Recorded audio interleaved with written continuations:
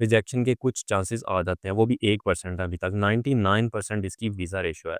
Even कि पुर्तगाल, Spain, Switzerland कहीं पर भी जाएँ, हमें किसी वीज़ा की ज़रूरत नहीं पड़ती। और दूसरा जो स्पाउस होता है उसको फुल टाइम वर्क अलाउड होता है। बच्चों की एजुकेशन वंस अगेन फ़िनलैंड में बहुत हाई क्वालिटी की है। अस्सलाम वालेकुम स्टूडेंट्स, अगर आप भी 2026 यानी कि इसी साल में यूरोप या पाकिस्तान से बाहर किसी भी कंट्री में मूव होना चाह रहे हैं, तो एक क्वेश्चन जो हर स्टूडेंट के माइंड में आता है कि वो अपना कीमती वक्त और बहुत से पैसे खर्चने जा रहा है। तो जिस कंट्री में अप्लाई करेगा, क्या उसकी वीज़ा रेशो अच्छी है या उसमें वीज़ा लगने के क्या चांसेस हैं? ये वीज़ा रेशो की जो टर्म है, ये इस तरह से डिफ़ाइन की जाती है कि जब भी कोई वीज़ा एप्लीकेशन किसी एम्बेसी में जाती है, तो वहाँ से जो आउटकम आता है, उसके स्टैट्स मिलते हैं। अब तो पहले सिर्फ़ अंदाज़ा लगाया जाता था, अब एम्बेसीज़ अपना स्टैट शेयर करती हैं कि हमने कितने परसेंट वीज़ाज़ रिजेक्ट किए हैं या कितनी परसेंट एप्लीकेशंस को एक्सेप्ट किया है। हम स्टूडेंट वीज़ा के हवाले से इसमें बात करेंगे इस वीडियो में। ये बहुत ही इम्पोर्टेंट वीडियो है जो कि फैक्ट बेस्ड है। अगर आपने इस चैनल को सब्सक्राइब नहीं किया अभी तक, तो आप इसलिए इसको फॉलो और सब्सक्राइब कर लें कि आने वाले टाइम में भी आपको इसी तरह की इन्फॉर्मेटिव वीडियो मिलेगी।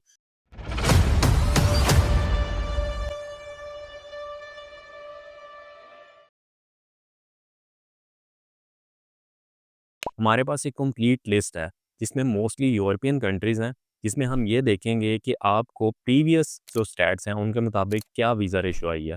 हमारे पास सबसे टॉप पे जो आज भी कंट्री आता है वो है फ्रांस। फ्रांस यूरोप की दूसरी बड़ी इकोनॉमी है। मैं खुद जर्मनी में रहता हूँ, लेकिन फ्रांस भी, अगर मैं जर्मनी और फ्रांस को कभी कंपैरिजन करता, ऑब्वियसली मेरे पास फ्रांस एक बहुत अच्छी ऑप्शन इसलिए थी कि रिकॉर्ड्स बताते हैं, अगर आप टाइमली अपनी एप्लीकेशन को अप्लाई करें या एडमिशन अप्लाई करें, तो आपको फ्रांस की ऑलमोस्ट 100% वीज़ा रेशो मिलती है। हम ऑलमोस्ट इसलिए कहते हैं कि कोई एक ऐसी मिस्टेक हो सकती है जिसमें जो अनअवॉइडेबल है, जिसमें आपको रिजेक्शन के कुछ चांसेस आ जाते हैं, वो भी 1% है अभी तक, 99% इसकी वीज़ा रेशो है। दूसरे नंबर पर जो हमारे पास कंट्री आता है वो है यूरोपियन साइप्रस। ये यूरोप का पार्ट है और बहुत जल्द ये शेंजन में भी आने जा रहा है। मतलब अभी तक जो यो शेंजन कंट्रीज़ हैं, जिनमें जर्मनी, स्विट्ज़रलैंड और ये सारे कंट्रीज़ हैं, इनको जॉइन कर लेगा यूरोपियन साइप्रस। यूरोपियन साइप्रस में अगर हम बात करें एक्सपेंसेस की, तो कोई 15 से 18 लाख तक का इसका एक्सपेंस आता है।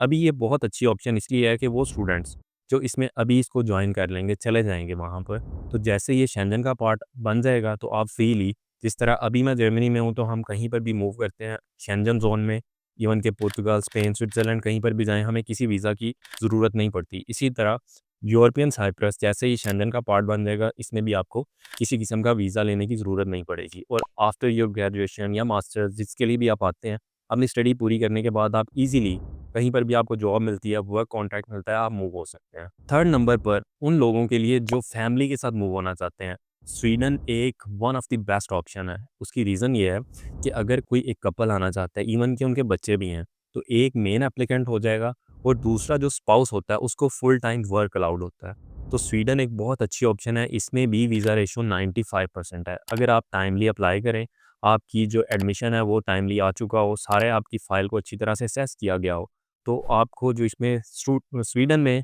वीज़ा रेशो मिलती है वो 95% है। स्वीडन में अगर हम बात करें आपके बच्चों की एजुकेशन की, तो क्वालिटी एजुकेशन है, फ्री है और बड़ी फ्यूचरिस्टिक एजुकेशन है। बहुत कम करते जा रहे हैं स्टूडेंट्स के लिए कि उनके पास बुक्स हों। मोस्टली जो काम है वो ऑनलाइन और स्किल बेस्ड होता है। स्वीडन की एम्बेसी दोबारा से पाकिस्तान में ऑपरेशनल है। इसके बाद लिस्ट में आता है हमारे पास फ़िनलैंड। फ़िनलैंड एक इंतहाई हाई क्वालिटी ऑफ लाइफ़ देने वाला वो कंट्री है जो कि ना सिर्फ़ यूरोप बल्कि शेंजन का भी एक पार्ट है। बच्चों की एजुकेशन वंस अगेन फ़िनलैंड में बहुत हाई क्वालिटी की है।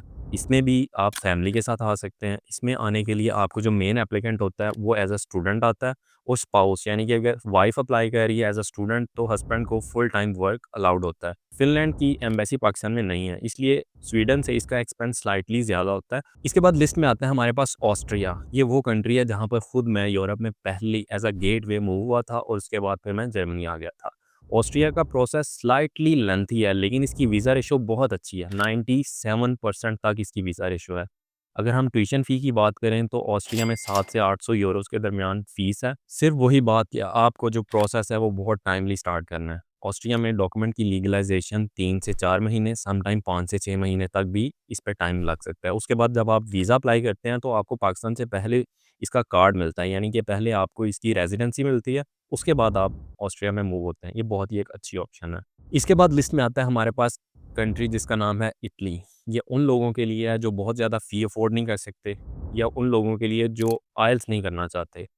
इटली में ये दोनों ऑप्शंस हैं। इंतहाई अफ़ोर्डेबल फ़ीस के साथ आपको बहुत सी ऐसी ऑप्शंस मिलेंगी जिसमें आप विदाउट आइल्स अप्लाई कर सकते हैं। इसका जो टोटल एक्सपेंसेस आते हैं वो 6 लाख पाकिस्तानी रुपीज़ आते हैं। आपको इटली में बहुत से लोग ये बताएँगे कि इसकी वीज़ा रेशियो अच्छी नहीं है। वन्स अगेन आपको टाइमली अप्लाई करना है, क्योंकि हर एम्बेसी का एक कोटा होता है। इतने वीज़ाज़ एक सेशन में, एक इनटेक में उन्होंने स्टूडेंट्स को इश्यू करने हैं। उसके बाद हो सकता है कि इटली, क्योंकि एक ऐसा अफ़ोर्डेबल डेस्टिनेशन है कि सब अप्लाई करते हैं, तो बाद में आपको रिजेक्शन फेस करना पड़ सकती है। इसलिए आपने टाइमली अप्लाई करना है इटली में।